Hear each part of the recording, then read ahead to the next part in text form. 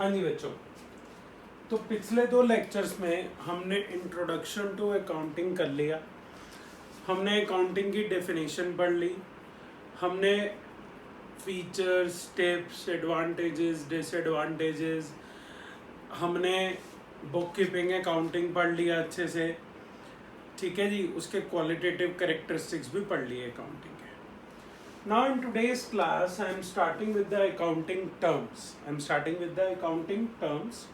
Which are very important to understand that what are the accounting terms. Just listen properly that first accounting term, पहली accounting term किसी भी business के अंदर आती है बच्चों, बिजनेस ट्रांजेक्शन। क्या आती है बच्चों? Business transaction. What do you mean by business transaction is a business transaction is any economic event. क्या बोला बच्चों? Any economic event or economic happening in the business. Economic happening in the business. Business के अंदर कोई भी activity होगी, कोई भी इवेंट होगी जो फाइनेंशियल टर्म्स में होगी। किस में होगी बच्चों? फाइनेंशियल टर्म्स में। फाइनेंशियल करेक्टर होना जरूरी है, मनी टर्म्स में होना जरूरी है। Try to get this thing, money terms में होना जरूरी है। अगर मैं बिजनेस ट्रांजैक्शन का एग्जांपल लूं बच्चों, तो वो एग्जांपल हो जाएगा बच्चों sale of goods, purchase of goods,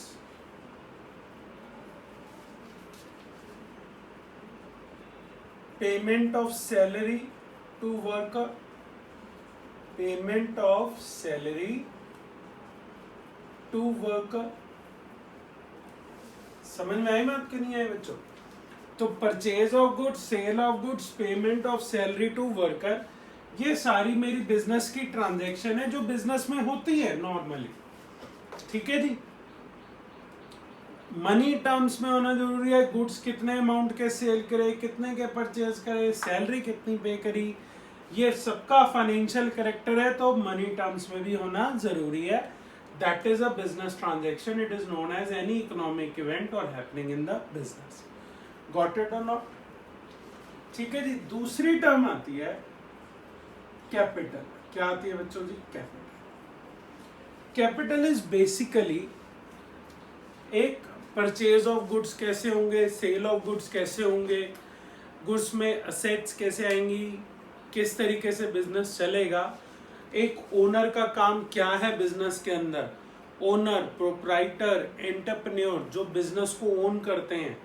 ठीक है जी। जो बिजनेस में पैसा लगाते हैं, वो पैसा लगाना किसे कहते हैं जी? कैपिटल को कहते हैं। किसको कहते हैं बच्चों? कैपिटल को कहते हैं। तो कैपिटल को मैं सिंपल लैंग्वेज में बोलूंगा, it is the amount invested, it is the amount invested by the owner. Owner को मैं प्रोप्राइटर भी बोलता हूं बिजनेस की लैंग्वेज में। ठीक है जी। और एंटरप्रेन्योर भी बोलता हूं कॉमर्स की लैंग्वेज में।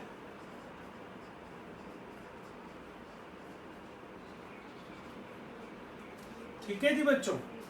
Amount invested by the owner, proprietor और entrepreneur to carry out various business transaction. Business transactions को करने के लिए, बिजनेस को आगे बढ़ाने के लिए, बिजनेस को आगे ग्रो कराने के लिए कैपिटल जो है वो बहुत ज्यादा जरूरी होती है। क्या क्या काम होता है कैपिटल का? हम असेट्स परचेज करेंगे, लाइक बिल्डिंग परचेज होगी, एग्जांपल ले लो, बिल्डिंग परचेज होगी, इसी से वो भी एक तरीके से हमारी कैपिटल ही कहलाएगी। ठीक है बच्चे। फर्नीचर परचेज होगा बिजनेस के लिए, मशीनरी परचेज होगी अगर प्रोडक्शन का बिजनेस है तो। ये सारे कैपिटल से एक तरीके से बिजनेस को स्टार्ट करने के लिए ये सारे काम हम किससे करते हैं बच्चों? कैपिटल से। It is the amount invested by the owner of the business to carry out various business transaction. Business transactions को कैरी आउट करने के लिए कैपिटल कौन लेके आता है बच्चों? ओनर लेके आता है, प्रोप्राइटर लेके आता है, या एंटरप्रेन्योर लेकर आता है। इसे हम इक्विटी भी बोल सकते हैं। क्या बोल सकते हैं बच्चों? इक्विटी भी हम इसे बोल सकते हैं। इक्विटी बेसिकली होती क्या है? कैपिटल और पास्ट प्रॉफिट्स। क्या होते हैं बच्चों? Past profits. तो आगे आने वाले टाइम में तुम ये भी पढ़ोगे, इक्विटी भी एक चीज होती है जब हम कंपनी फॉर्म में जाएंगे। अगली टर्म आती है एसेट्स। वैसे तो तुम सबको पता है, मुझे सिर्फ एक अकाउंटिंग लैंग्वेज में तुम्हें एसेट्स के बारे में बताना है और एसेट्स का classification. Assets are basically what we have or what we have to receive from others. एक बिजनेस के पास जो जो चीजें हैं ना, उसके जो रिसोर्सेज हैं, एक कंट्री के पास रिसोर्सेज होते हैं, नेचुरल रिसोर्सेज, ठीक है ना। तुमने एसएसटी में पढ़ा होगा, कंट्री के पास नेचुरल रिसोर्सेज होते हैं, ह्यूमन रिसोर्सेज होते हैं, फिजिकल रिसोर्सेज होते हैं। ऐसे ही एक पर्टिकुलर, अगर मैं एक बिजनेस की बात लूं, एक फर्म की बात लूं, एक इंटरप्राइज की बात लूं, तो उसके पास जो रिसोर्सेज है वो उसकी एसेट्स होती हैं। I would rather call assets as an economic resource. क्या कहूंगा बच्चों इसे मैं? इकोनॉमिक रिसोर्स कहूंगा इसे मैं। It's a business economic resource. ये एक बिजनेस का इकोनॉमिक रिसोर्स है बच्चों। इकोनॉमिक रिसोर्स से मेरा कहने का मतलब ये है कि उसका मैं यूज करके आगे further production activities carry out करूंगा। मशीनरी खरीदूंगा, उससे गुड्स प्रोड्यूस करूंगा, गुड्स प्रोड्यूस होंगे, मेरे आगे बिकेंगे, सेल होगी, मेरे को रेवेन्यू आएगा। तो बेसिकली एसेट्स जो होती हैं वो इकोनॉमिक रिसोर्स होती हैं। It's an economic resource. क्या होती हैं बच्चों? ये इकोनॉमिक रिसोर्स होती हैं, ठीक है, which help business to grow. और सिंपल भाषा में कहूं तो व्हाट वी हैव, ठीक है जी, और what we have to receive, ये मेरी क्या हो जाएगी बच्चों?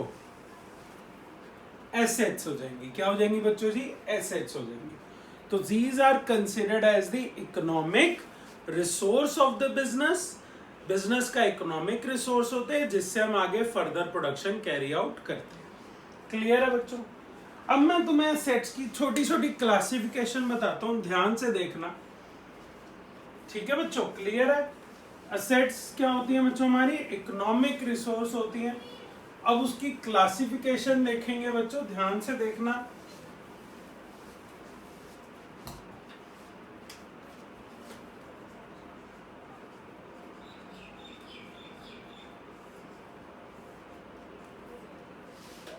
एसेट्स की क्लासिफिकेशन में क्या क्या आ जाएगा? सबसे पहली एसेट आएगी बच्चों नॉन करंट एसेट। क्या आ जाएगा जी? Non current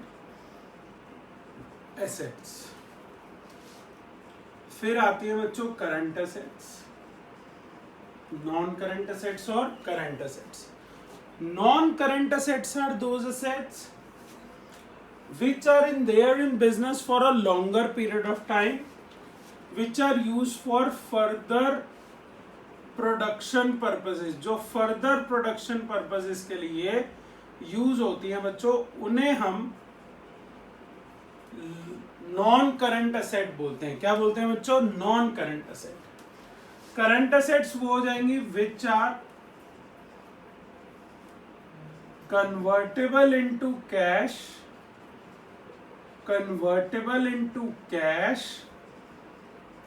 within a period of 1 year। जो एक साल के अंदर अंदर कैश में कन्वर्ट हो जाएंगी, उन्हें क्या बोलेंगे बच्चों? करंट एसेट्स बोलेंगे। अब ये नॉन करंट एसेट्स क्लासिफाई कैसे कैसे होती हैं ये देखना। नॉन करंट एसेट्स क्लासिफाई होती हैं बच्चों फिक्स्ड एसेट्स में, और इन्वेस्टमेंट्स में, फिक्स्ड एसेट्स में एंड इन्वेस्टमेंट्स में। फिक्स्ड एसेट्स दो टाइप की होती हैं, एक होती है बच्चों टेंजिबल फिक्स्ड एसेट्स, एक होती है बच्चों इनटेंजिबल फिक्स्ड एसेट्स। क्या होती है जी? एक होती है बच्चों जी टेंजिबल फिक्स्ड एसेट्स और एक होती है intangible fixed assets. Tangible intangible क्या कहूंगा? टेंजिबल फिक्स्ड एसेट हो गई बच्चों लैंड, बिल्डिंग, मशीनरी। इसके एग्जांपल क्या हो जाएंगे? विच वी कैन सी और touch, which has a physical appearance. Land हो गया, बिल्डिंग हो गया, मशीनरी हो गई, फर्नीचर हो गया, जिनकी एक फिजिकल एग्जिस्टेंस है, उनको क्या बोलूंगा? Tangible fixed assets. इनटेंजिबल वो जिनकी फिजिकल एग्जिस्टेंस नहीं है, लाइक गुडविल आई से, कॉपीराइट्स आई से, ठीक है जी। Computer software, computer software is an intangible asset, ठीक है जी। माइनिंग राइट्स हैं भैया एक कंपनी के पास, एक जगह की माइनिंग के, वो उसकी इंटेंजिबल फिक्स्ड एसेट है, जिनकी फिजिकल एग्जिस्टेंस तो नहीं है, लेकिन वो एक ऐसी एसेट्स हैं जो हमें किसी न किसी तरीके से फायदा उठा दे रही हैं, ठीक है जी, किसी न किसी तरीके से फायदा दे रही है, तो those are considered as intangible. Investments non current asset की उसमें आती है जो हम लॉन्ग टर्म कर दे, ठीक है जी, 2 साल 3 साल के लिए शेयर मार्केट में पैसा लगा के छोड़ दिया, इन्वेस्टमेंट कर दी हमने इस चीज को लेकर। क्लियर है बच्चों? अब आती है बच्चों current assets, convertible into cash with in a period of 1 year. तो पहली करंट एसेट क्या होगी? Cash. Demand deposits in the bank, bank में जो तुम्हारे पास पैसा पड़ा हुआ है वो मेरी करंट एसेट्स हो जाएंगी बच्चों, बैंक बैलेंस। क्लियर है? बैंक बैलेंस के बाद स्टॉक जो मेरे हाथ में होगा गुड्स का, उसको मैं बेच देता हूं, 1 साल से ज्यादा तो नहीं रखूंगा ना जी, इन्वेंट्री भी बोलते हैं उसे। Then we have trade receivables, जिनसे पैसा लेना है, उनको गुड्स सोल्ड करे थे और उनसे पैसा लेना है, उनको गुड्स सोल्ड करे थे और उनसे क्या लेना बच्चों जी? पैसा लेना है, तो वो क्या हो जाएंगे जी? Trade receivable. ट्रेड रिसीवेबल के अंदर हम टर्म यूज करते हैं बच्चों डेटर्स और बिल्स रिसीवेबल, डेटर्स और बिल्स रिसीवेबल। क्लियर है बच्चों? उसके बाद प्रीपेड एक्सपेंसेस आ जाएंगे। अब जो इन्वेस्टमेंट्स मैंने 2 साल 1 साल से ज्यादा टाइम पीरियड के लिए कर दी वो तो होगी नॉन करंट, जो 1 साल से कम टाइम पीरियड के लिए करी वो होगी करंट एसेट्स। इनको मैं करंट इन्वेस्टमेंट्स भी बोलता हूं। मार्केटेबल सिक्योरिटी भी बोलता हूं,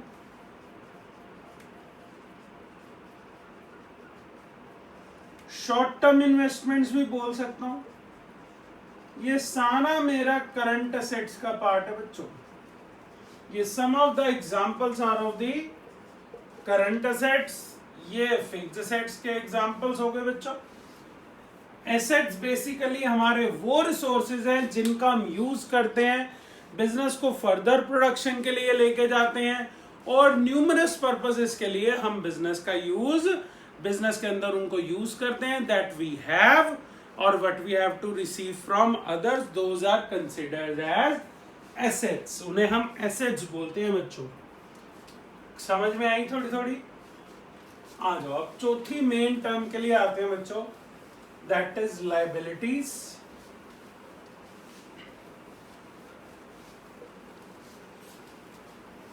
लायबिलिटीज पे देखना,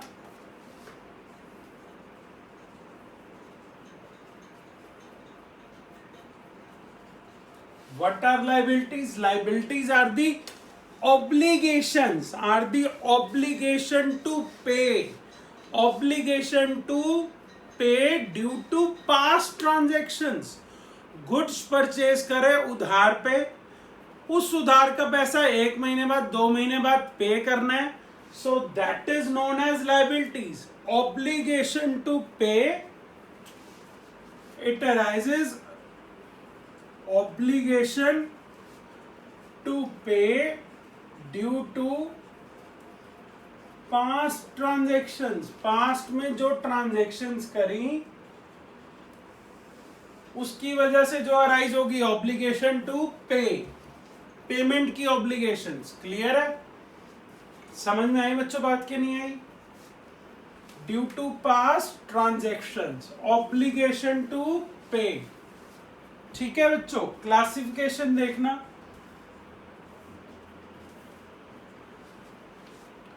जैसे नॉन करंट असेट्स और करंट असेट्स होता था, वैसे ही बच्चों हमारी टर्म आएगी non current liabilities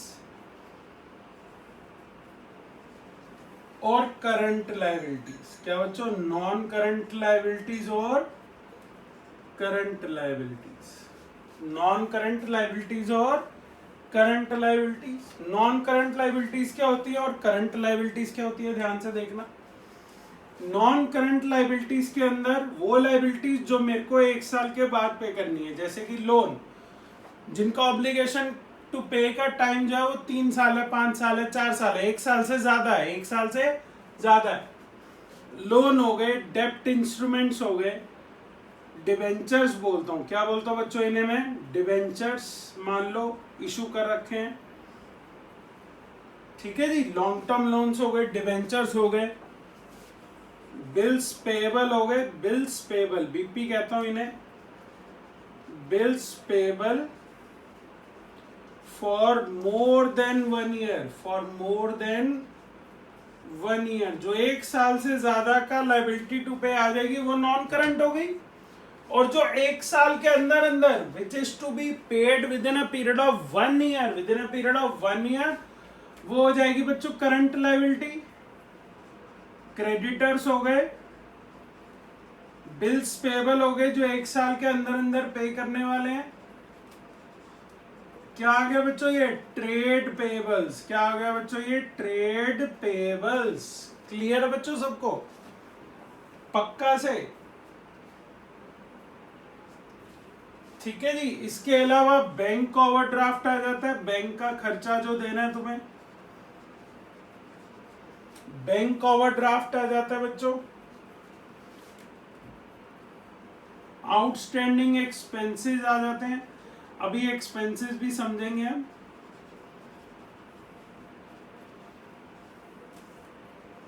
income received in advance आ जाती है बच्चों।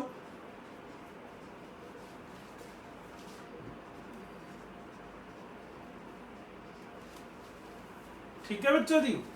ये क्या होगी? मेरी करंट लायबिलिटीज के एग्जाम्पल हो गए, ये नॉन करंट के एग्जाम्पल हो गए, और ये करंट लायबिलिटीज के एग्जाम्पल हो गए। क्लियर है बच्चों जी? कुछ कुछ आया समझ में? क्लियर है ये? आगे बढ़ते हैं। लायबिलिटीज हो गई, एसेट्स हो गई, कैपिटल हो गई, और बिजनेस ट्रांजैक्शन हो गई।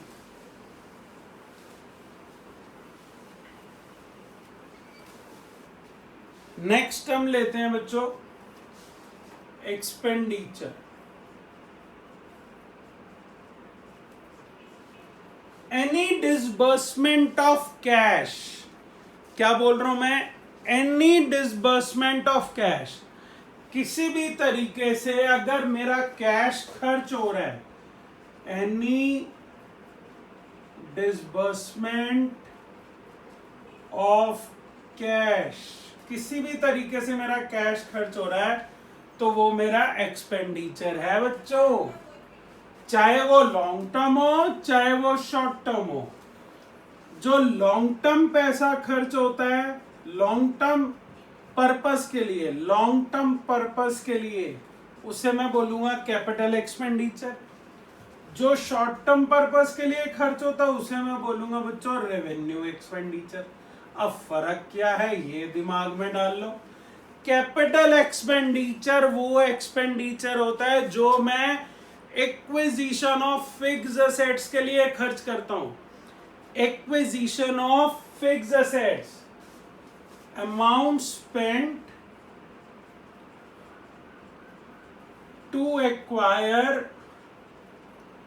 फिक्स्ड एसेट्स, फिक्स्ड एसेट्स को खरीदने के लिए जो पैसा खर्च हो रहा है उसे मैं क्या बोलूंगा, कैपिटल एक्सपेंडिचर, क्योंकि वो मेरा बड़ा खर्चा है, उससे मुझे आगे बहुत फायदा मिलना है, 4-5 साल 10 साल तक वो असेट बिजनेस में ही रहेगी, वो मुझे फर्दर प्रोडक्शन करके देगी, मेरे लिए आगे बहुत काम आएगी, उससे मेरे बिजनेस की वैल्यू बढ़ेगी, नेट वर्थ बढ़ेगी। Capital expenditure. Revenue expenditure is the amount spent, the amount spent to generate revenue,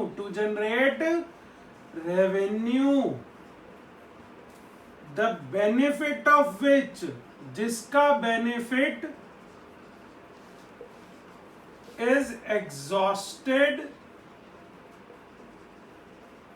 within a period of 1 year, 1 financial year बोलूंगा बच्चों, क्या बोलूंगा बच्चों, 1 फाइनेंशियल ईयर, जिसका बेनिफिट जो है वो 1 साल के अंदर अंदर खत्म हो जाएगा, which is spent to generate revenue, जो बिजनेस की सेल्स को जनरेट करने के लिए करा जाता है।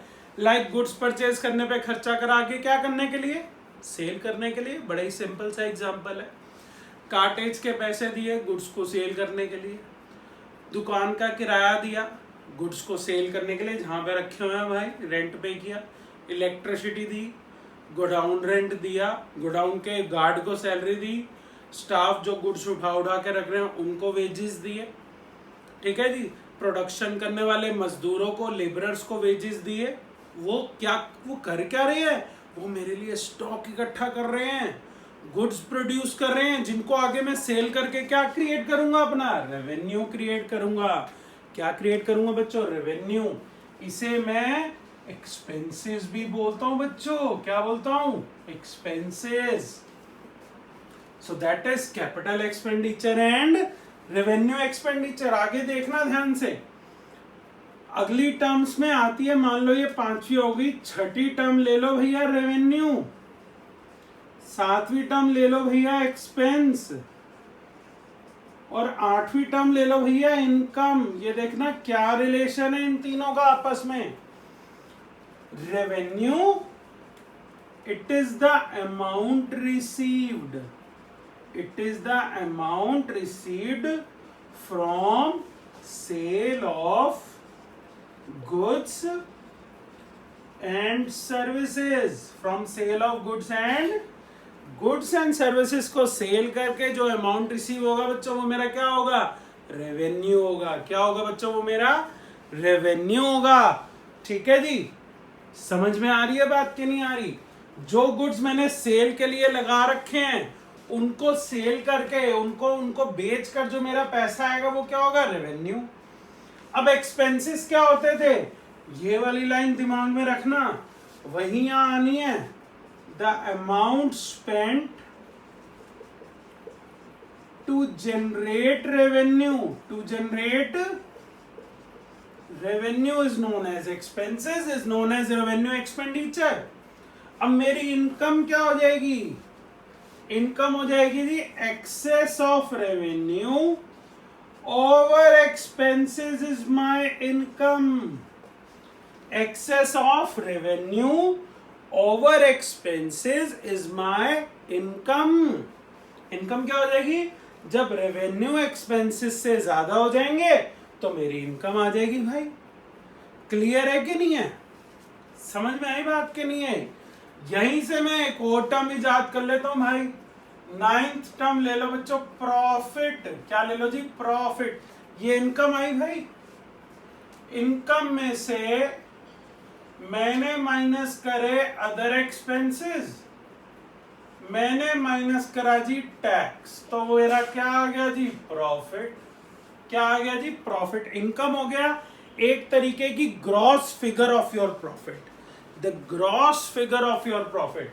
अगर उस ग्रॉस फिगर में से तुम अदर एक्सपेंसेस लेस कर दो, टैक्सेस लेस कर दो जो हमने पे करे, तो मेरा क्या आ गया जी, प्रॉफिट आ गया। क्या आ गया जी, प्रॉफिट आ गया। अब यहीं से ही एक और टर्म ले लो जी, लॉस। क्या ले लो बच्चों जी?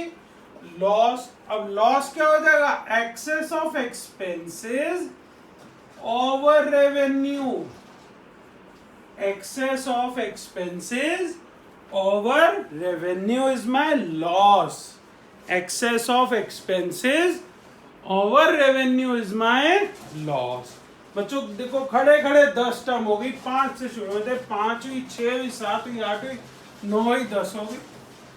क्लियर है कि नहीं है बच्चों? समझ में आ रहा नहीं आ रहा? लॉस तक कुछ कुछ दिमाग में बैठा नहीं बैठा? पक्का श्योर? बढ़े आगे। तो लॉस क्या हो गया था? Expenses over revenue, excess of expenses over revenue. 10 term कर ली हमने, 10 टर्म्स, बस 4-5 टर्म और उसके बाद सीधा अकाउंटिंग इक्वेशन या प्रिंसिपल्स पे जंप मारेंगे। देखना ध्यान से। अगली टर्म ले लो जी, सारी इंटर रिलेटेड है ये, ध्यान से देखना। परचेजेस, एक्सटेंशन ले लूंगा जी, purchase return,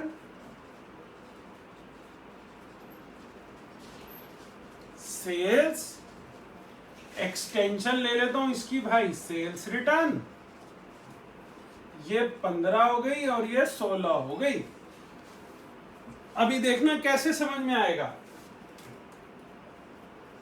It is the term used for purchase of goods and services. Goods and services in which business deal? In which business deal? Deal का मतलब क्या हो गया? मेरी गारमेंट्स की शॉप है, मैं दिल्ली की गांधीनगर मार्केट से जाके होलसेल पे वहां से गारमेंट, शर्ट्स, ट्राउजर, जीन्स, ये सारी चीजें खरीद के लाता हूं। परचेज करके लाया ना, या प्रोड्यूस करी मान लो खुद, तो चाहे परचेज करी चाहे प्रोड्यूस करी, प्रोड्यूस करने के लिए रॉ मटेरियल परचेज करूंगा, वो मेरे लिए क्या टर्म यूज होगी? परचेजेस यूज होगी, जिसमें मैं डील कर रहा हूं। ठीक है जी। मान लो कुछ गुड्स हो गए डिफेक्टिव, ठीक है जी, मैंने दोबारा वापस भेज दिया भाई, तो वो क्या हो जाएगी बच्चों? Purchase return. गुड्स जो हो गए डिफेक्टिव निकले, रिटर्न्ड टू सप्लायर। क्या लिखूंगा? Returned to supplier. उस टर्म को क्या बोलूंगा बच्चों? Purchase return. इसे मैं रिटर्न आउटवर्ड भी बोलता हूं बच्चे। क्या बोलता हूं इसे? Return outward. बाहर चले गए, गुड्स वापस भेज दिए, किसको? सप्लायर। तो भाई खराब गुड्स थोड़ी ना बेचेंगे आगे। अब जहां आई बात बेचने की, वहां क्या आ जाएगा बच्चों? सेल्स। क्या आ जाएगा जी? सेल्स। यहां से ही मेरा रेवेन्यू आना है, इधर से ही मेरा रेवेन्यू आना है। ठीक है जी। Term used for sale of goods and services, for sale of goods and services. तो क्या टर्म यूज करूंगा बच्चों मैं अपनी बुक्स के अंदर? सेल्स इतने की हुई। ध्यान रखना, ये सारी टर्म्स मैंने अपनी जर्नल में, सब्सिडरी बुक्स में, इन सब में यूज करनी है, इसलिए ये टर्म्स बता रहा हूं। Sales, purchases. ठीक है जी। समझ में आई बात कि नहीं आई? ठीक है जी। खरीदारी, परचेजेस। बेचना, सेल्स। घर के लिए टमाटर लेके आए तो ठीक है, तुम खरीद के लाए, यू हैव बॉट द टमाटर, you have bought the tomatoes. आगे सेल मत करने चले जाना, वरना पता चलेगी मम्मी मतलब कर रही है तुम्हारी पिटाई। समझ में आ रही है बात कि नहीं आ रही? क्लियर है बच्चों? सेल्स और revenue, the term use for sale of goods and services. अब सेल्स रिटर्न क्या हो जाएगा? मान लो हमें customer returned goods to us, returned goods to us, तो उसे क्या बोलेंगे बच्चों? Sales return. सेल्स रिटर्न का दूसरा नाम होता है बच्चों रिटर्न इनवर्ड। क्या होता है बच्चों जी? Return inward. रिटर्न इनवर्ड क्या होता है बच्चों? Return inward. क्लियर है बच्चों? क्या होगा बच्चों? Return inward. गुड्स वापस आ रहे हैं। अब आती है टर्म बच्चों ट्रेड रिसीवेबल,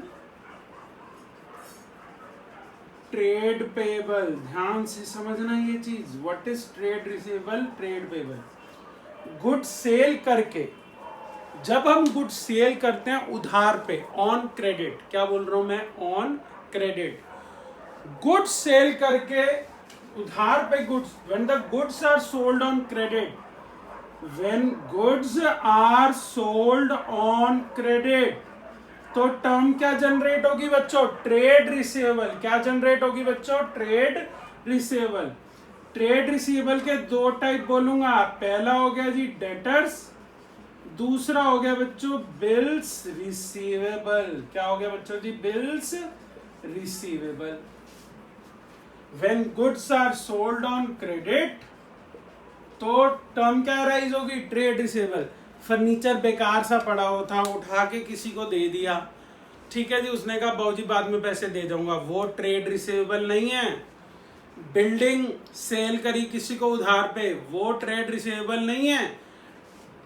जो गुड्स होंगे, गारमेंट्स का बिजनेस था ना, गारमेंट्स के बिजनेस में कोई मेरे पास से गुड्स खरीद के गया उधार पे कि हाँ भैया अभी आके पैसे देती हूँ या देता हूं, तो वो मेरा ट्रेड रिसीवेबल होगा, वो मेरे डेटर्स होंगे या बिल्स रिसीवेबल होगा। क्लियर। ऐसी trade payable when goods are purchased on credit, जब गुड्स परचेज होते हैं बच्चों ऑन क्रेडिट पे, तो क्या जनरेट होंगे जी, ट्रेड पेबल। टाइप क्या हो गया इसका, क्रेडिटर्स और बिल्स पेबल। क्या टाइप हो गया बच्चों, क्रेडिटर्स और बिल्स पेबल्स। समझ आई नहीं आई बच्चों, क्लियर है नहीं क्लियर है। 11, 12, 13, 14, 15, 16 टर्म्स होगी तुम्हारी। कितनी टर्म्स होगी बच्चों, 16 टर्म्स होगी। ये गुड्स से रिलेटेड हमने कर ली। आ जाओ भाई, कहेंगी पेंगी टुच्ची पेंगी भी कर लेते हैं। ध्यान से देखना, थोड़ी थोड़ी टर्म्स हैं। वैसे तो आगे आगे जैसे हम बढ़ेंगे, अकाउंटिंग इक्वेशन का चैप्टर करेंगे, जर्नल करेंगे, तो धीरे धीरे टर्म्स तुम्हें याद हो ही जाएंगे। लेकिन थोड़ी थोड़ी ऐसी टर्म्स होती हैं जिनका डिस्कशन जो है वो जरूरी होता है बच्चों। सबसे पहले आ गया जी ड्राइंग्स, फिर ले लो जी बच्चों डेप्रिसिएशन। क्या ले लो जी बच्चों, depreciation. Drawings, it is the amount और गुड्स, अमाउंट क्या कहूंगा बच्चों जी, अमाउंट और goods withdrawn by the owner or proprietor from business for personal use। क्या बच्चों, for personal use। Personal use के लिए गुड्स विड्रॉ करते हैं या पैसा विड्रॉ करते हैं बिजनेस के अंदर से, तो वो क्या होगा बच्चों जी, ड्राइंग्स होगा। क्या होगा बच्चों जी, वो ड्राइंग्स होगा। ठीक है जी। Amount of goods withdrawn by the owner और प्रोप्राइटर फ्रॉम बिजनेस, बिजनेस से विड्रॉ करता है अपने पर्सनल यूज के लिए। मान लो दोस्त को गिफ्ट देना है, खुद की इलेक्ट्रॉनिक शॉप है, वहीं से उठा के एसी उठा के दे दिया, ठीक है जी। या मान लो किसी को अपने बेटे को बाइक लेके देनी है, बिजनेस से पैसा निकाला, उसको बाइक लेके दे दी, तो वो उसका पर्सनल यूज हो गया। ठीक है जी, क्या हो गया उसका पर्सनल यूज, तो वो क्या हो जाएगा जी, ड्राइंग्स हो जाएगा। अगली टर्म आती है बच्चों जी डेप्रिसिएशन। डेप्रिसिएशन चैप्टर है पूरा ये तुम्हारे कोर्स के अंदर, डेप्रिसिएशन का पूरा चैप्टर है तुम्हारे कोर्स के अंदर, ध्यान से देखना। फॉल, क्या कहूंगा बच्चों, fall in the value of a fixed asset,